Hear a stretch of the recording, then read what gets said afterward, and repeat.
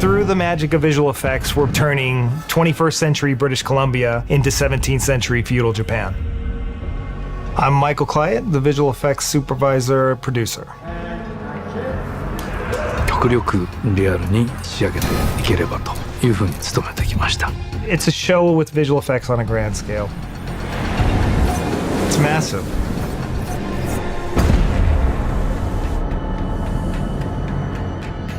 Being able to create this isn't something that you can just do like that. We're in the next stage of storytelling. Something that was exciting for me was that we too could go on a journey. もしかしたら今までの歴史で見てもやっぱここまでっていうのは初めてな試みだと思うんで。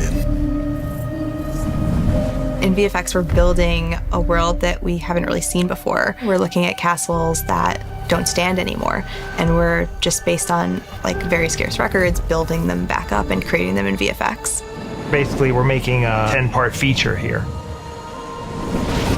The scale of the visual effects reflects that. Typically, a large visual effects show, you would have, 1,000 to 2,000 visual effects shots. We'll probably be in the realm of about 5,000 to 6,000. We've got various scenes with tens of thousands of samurai. We can't hire 100,000 samurai on a given day, and so we have to create those characters digitally. So what we're gonna do is we're gonna fly a drone over a field, and we'll pull back and find our practical people, which is about approximately 120. We'll have to multiply that to make it look like there's an army of 10,000 here. There's 3 methods that we use to recreate digital samurai. And the first method would be scanning, extremely accurate. The second method we have is actually, one of my assistants like T. Parker, she goes and she takes images where we have an actor stand in a T pose and she walks around him or her and takes about 300 images. Those images then get fed into a certain program and that builds a CG character. I can never effectively tell anyone what it is to be Japanese in 1600. What I can do is to just hold up the lens and try to watch a rendered version of it. Be a storm by sunset.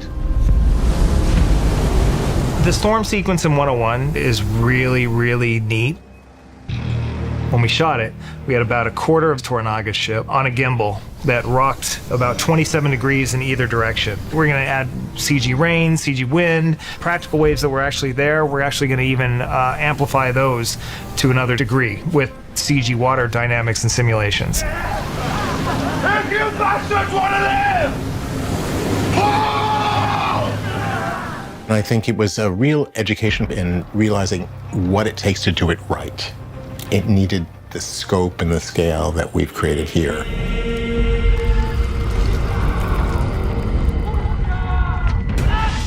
We actually took the side of a real mountain and made it look like half of a mountain is sliding down the hills around Toranaga, around Blackthorn's position, and actually covering up this encampment that's below. And the goal, of course, is that you're not going to be able to tell.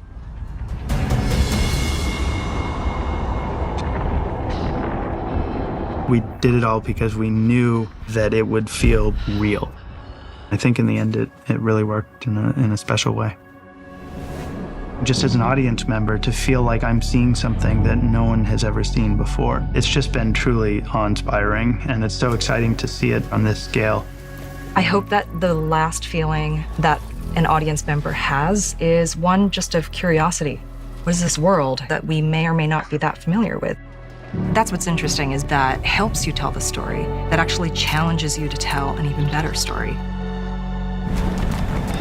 That takes me to the scale of this. I'm here talking to you guys, but there's a whole host of really incredibly talented people behind me. It takes a village here, and there's probably 1,000 artists working on this show right now.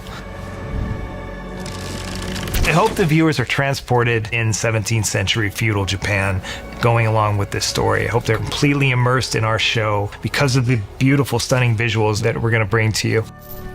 I've never worked on anything with this much attention to detail and this much hard work. It's just been truly awe-inspiring and hopefully different too than anything we've ever seen, but also genuinely terrifying when you realize how many times we went to bed saying, I don't think anyone's ever done this before.